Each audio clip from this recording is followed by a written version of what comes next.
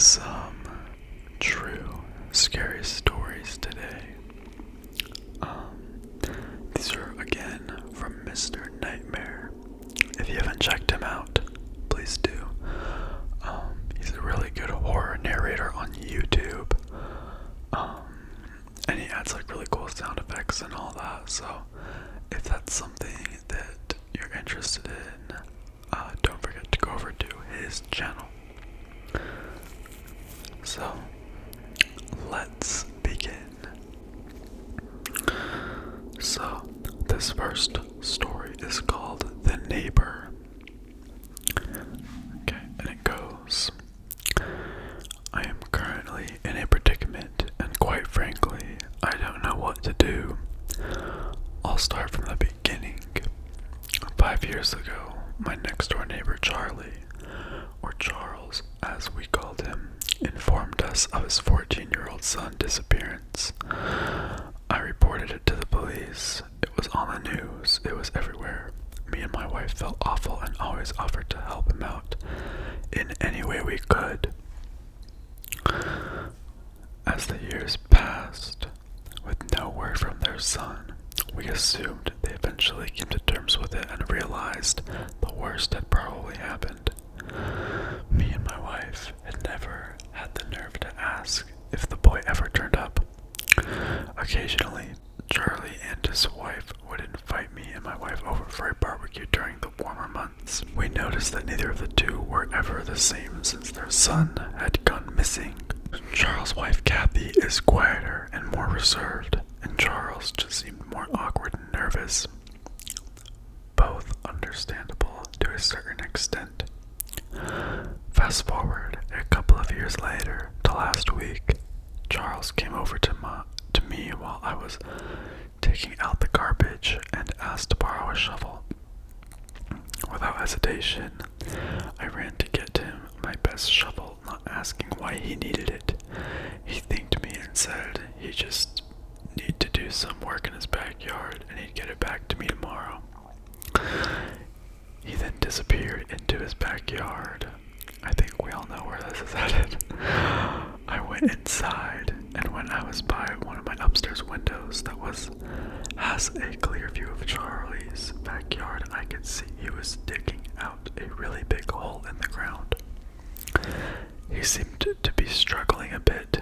He's 56 after all. I figured I'd go grab my second shovel and help him out. As I entered his backyard and called his name, he looked up from what he was doing and dropped my shovel and hurried over to me saying, No, it's okay, Tim, I got it, please just leave. Oh my gosh. I said, What's wrong with you? It's not a big deal. Mainly because of his bizarre reaction. I told him, I will not allow you to use that shovel in my backyard, and then pointed to the gates as if I were a dog. I was so taken aback by how he was acting that I just left without another word. I went upstairs to spy on him through the window. He was digging the hole for at least another half hour. When he finally looked like he was done, he started looking around like up high at neighboring houses as if to check and make sure nobody was watching. And then before I could think to hide, he spotted me at my window. All I could do at this point was casually walk away. He's up to something. I wanted to find out what.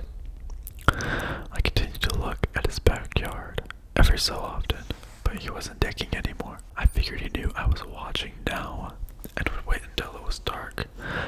I was exactly right. At 1:30 in the morning, I heard the sound of a shovel hitting the dirt outside. It was so dark, I couldn't see anything from my window, so I snuck outside quietly and looked over the fence in the backyard. I could see him digging loud and clear now. When he went inside his house, I took the opportunity to sneak into his backyard and take a look at what was in the hole he was digging.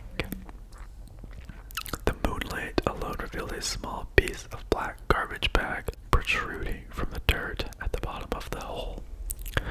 I looked at his back door and back at the hole. I did this 3 more times, deciding whether or not to see what was in the bag. In the end, I was a good thing I did because he came back outside seconds later, but he wasn't digging. In fact, he disappeared to the other side of the house and didn't come back. I went back to my house and quietly got in bed, trying not to wake up my wife. The next day, the first thing I did was look out my window to see that the hole in the ground was completely patched up in Charlie's backyard. I also noticed that his SUV was parked in the street now instead of the driveway. I don't know what happened throughout the rest of the night, but I'm disturbed to think that whatever was at the bottom of the hole might have been his son's body. For all I know, he could have dug up that hole to remove whatever he had previously buried down there and drive it somewhere else to dump it. This is all speculation. Call me crazy if you want. I haven't told anyone, not even my wife, and quite frankly, I don't know what to do. Charles never gave me back my shovel. I'm not going to ask him for it. In fact, he's been avoiding me ever since, and something disturbing happened yesterday. I, by coincidence, happened to look out my window across to Charlie's house, and caught him standing at one of his windows looking at me. When he saw me, he shut his blinds, and that was in the middle of the day. I don't know what to do, and I'm honestly terrified. That's pretty scary. Do you guys think that it was his son? I'm pretty sure it was. That's actually pretty scary. Because why else would he be acting so suspicious? You know what I mean? Okay. This one is called Upstairs. I was at home alone, playing Call of Duty between 1 a.m. and 2 a.m. During this time, I got a phone call from a random phone number, and of course, the first thing I think of is that it's just somebody who's prank calling me, or just doesn't have the right number. After I hung up a few seconds later, I received a phone call from the same number.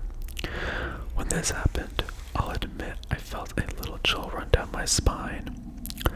But since I was home alone, I was thinking that if this person was just prank calling me, I could say whatever I want until either I or the person hangs up.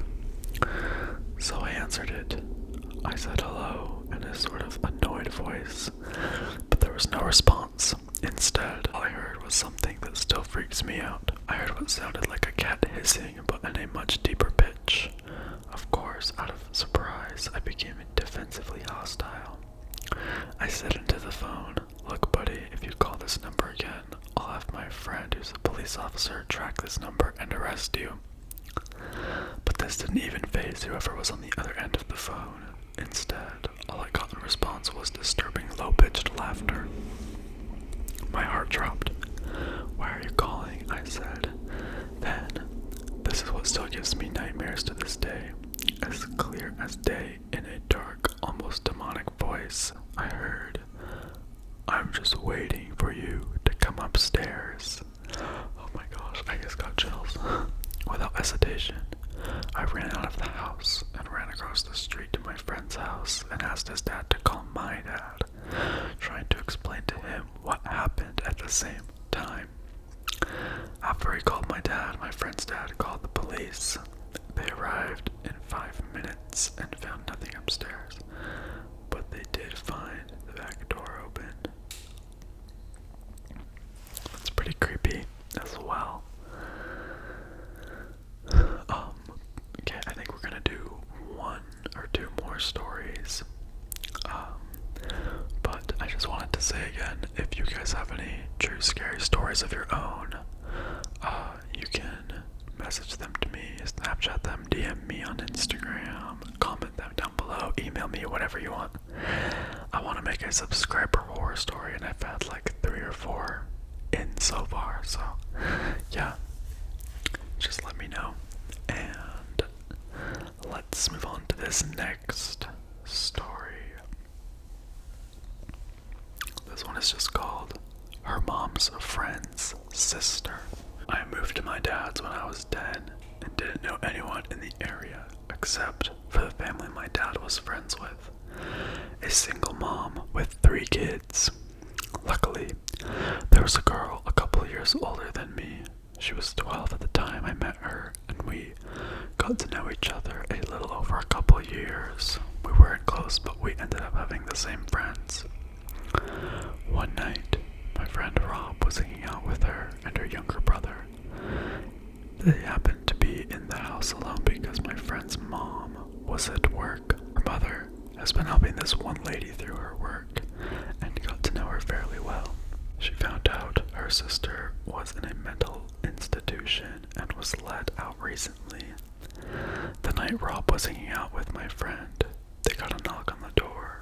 My friend thought it was just their mom since she knocks a certain way when coming in, and answered it without thinking. Rob wasn't supposed to be there, and he took off through the window to his house down the road. He never thought about it twice. It was her mom. It was the sister of the lady Mom was helping, and she figured out through talking to her sister where her family lived and her mom's working schedule. She came in. This is where I don't know the details, and I'm glad I don't. My friend's younger brother got away to the neighbor's house to call the police. The lady brutally murdered my friend a week from Christmas, decapitated her, and left her body naked in a bathtub. She even hid her head. They had to look through the presents and don't know where they found it, but they did. I wasn't allowed to go to the funeral. That is literally crazy. Okay. Let's do one more story.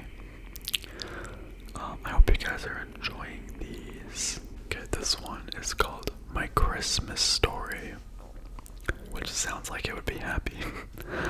This happened when I was only 5 years old. It was Christmas Eve night, meaning I guess it was technically Christmas, and I had awoken at probably 3 a.m. or something. I walked downstairs to the living room out of my little boy curiosity to see if Santa had delivered any presents yet. The tree was full of presents underneath already.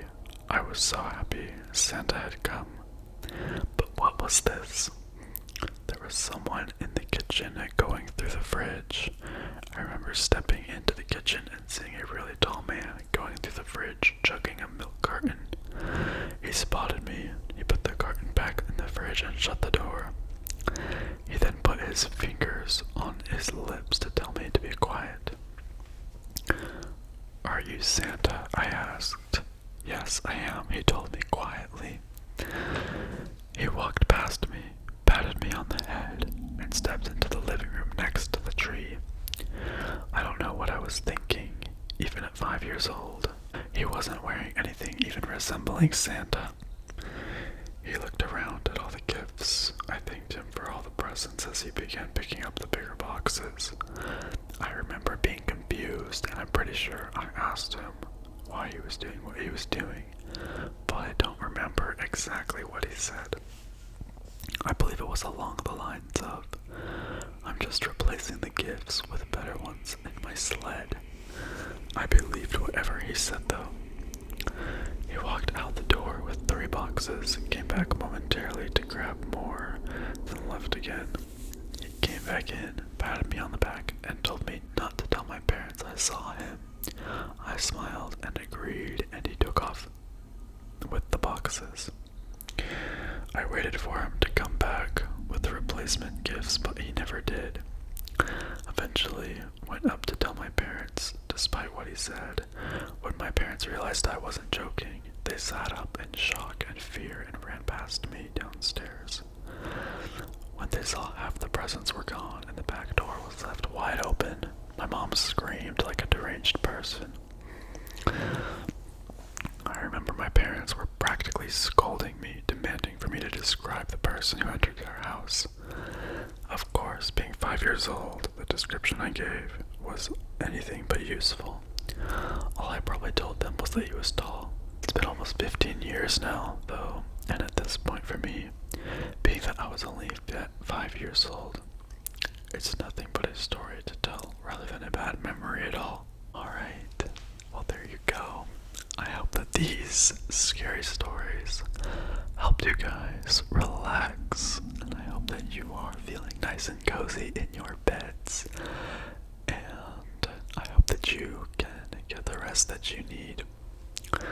And hopefully these stories were interesting and entertaining. And thank you so much for watching. I'm about to break 3,000 subscribers, which is so crazy, but I'm so grateful.